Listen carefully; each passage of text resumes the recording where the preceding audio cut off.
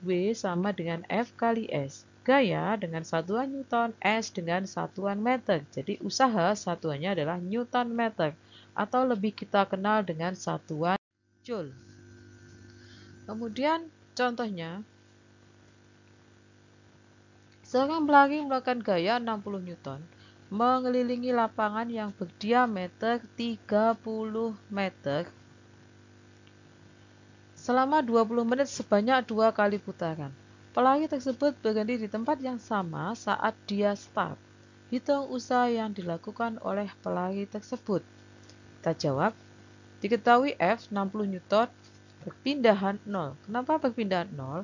Karena di situ tadi pelari berhenti di tempat yang sama saat dia start. Jadi dia tidak mempunyai perpindahan.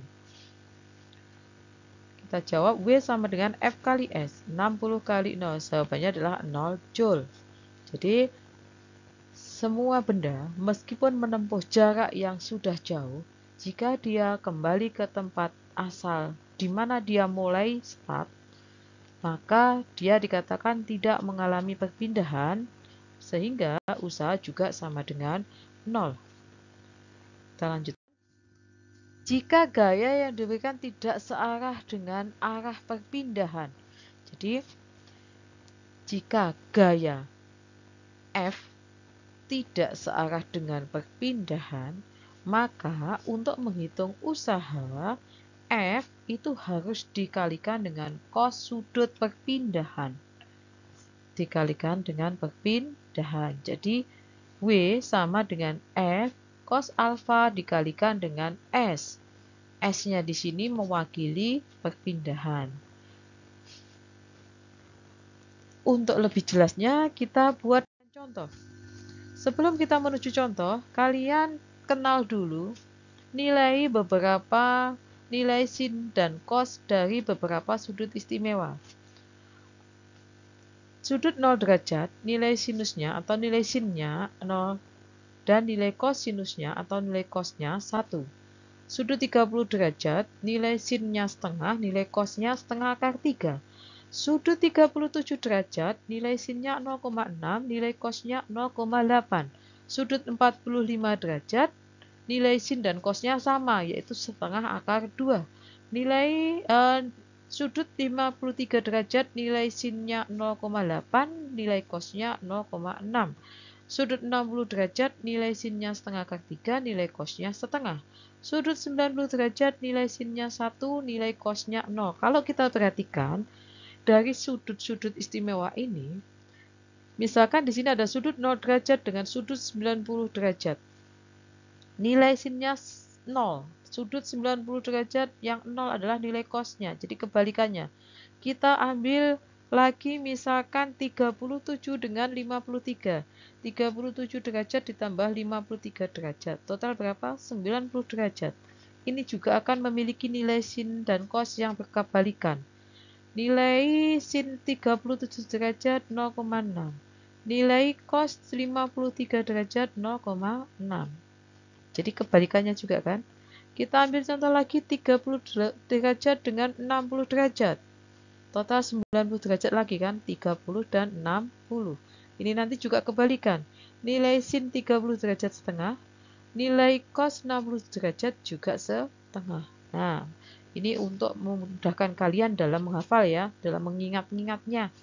Lanjut dengan contoh tadi. Seorang wanita menarik balok dengan gaya 50 Newton membentuk sudut 37 derajat terhadap arah perpindahan. Jika balok tersebut berpindah sejauh 10 meter, maka usaha yang ditimbulkan adalah diketahui gaya 50 Newton, perpindahan 10 meter, sudut yang dibentuk antara gaya dengan arah perpindahan adalah 37 derajat. Kita jawab, W sama dengan F cos 37 derajat kali S. W sama dengan 50 cos 37 derajat 0,8 perpindahan 10 meter. Jadi W atau usaha yang ditimbulkan adalah 300 Joule. Next, kita bahas energi. Energi itu adalah sebagai kemampuan untuk melakukan usaha. Suatu benda dikatakan memiliki energi jika benda tersebut dapat melakukan usaha. Nah, energi itu ada dua macam, energi potensial dan energi kinetik. Energi potensial itu dimiliki benda karena kedudukannya atau tempatnya. Semakin tinggi tempatnya, energi potensialnya semakin besar. Sedangkan secara matematis, rumusnya adalah EP sama dengan MGH.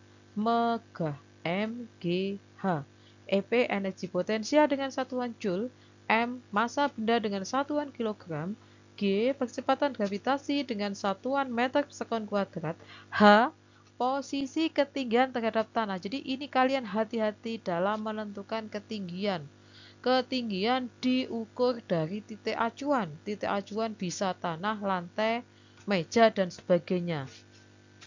Sedangkan energi kinetik, semua benda, kalau dia sudah bergerak dengan kecepatan tertentu, pasti di situ akan timbul yang namanya energi kinetik. Energi kinetik dirumuskan setengah mv pangkat 2. EK simbol dari energi kinetik dengan satuan Joule. M adalah massa benda dengan satuan kilogram. V adalah kecepatan benda dengan satuan meter per sekon. Next. Jadi ini keterangannya tadi, energi potensial, energi yang dimiliki benda karena kedudukannya, sedangkan energi kinetik, energi yang dimiliki benda karena kecepatannya. Kita lihat ada dua peristiwa di sini. Yang pertama, batu atau bola, kita lihat di situ, masih diam di sebuah puncak atau di atas bukit ini. Pada saat dia diam, di situ energi potensialnya maksimum. Jadi dia memiliki energi potensial tertinggi.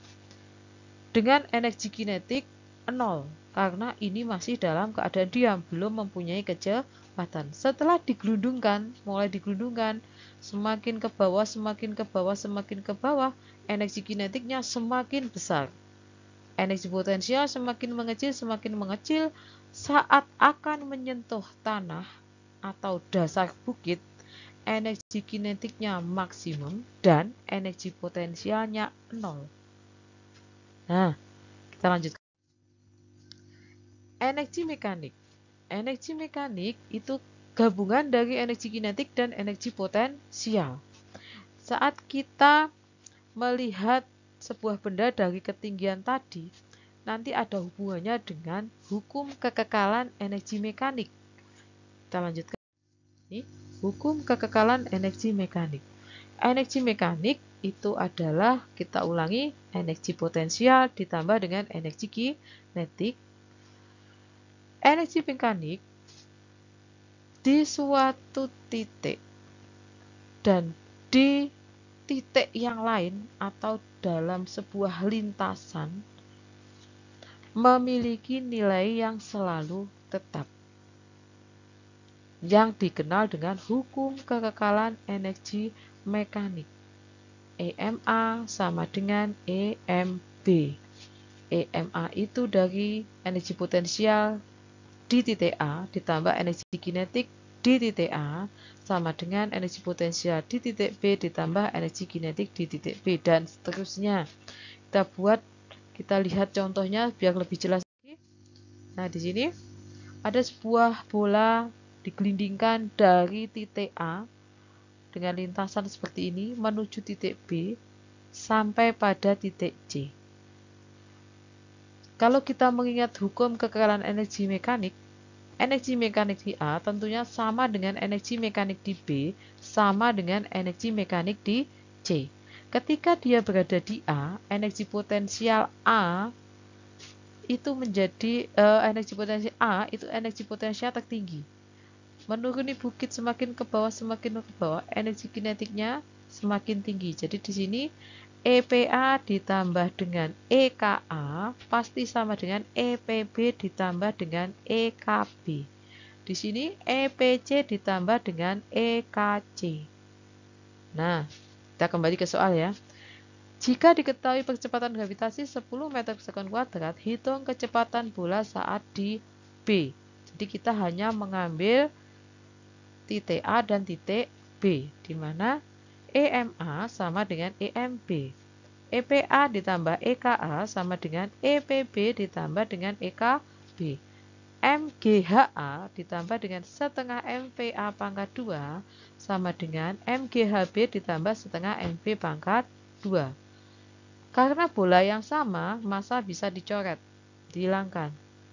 Kemudian G dimasukkan 10, ketinggian diukur dari acuan, yaitu 2 meter.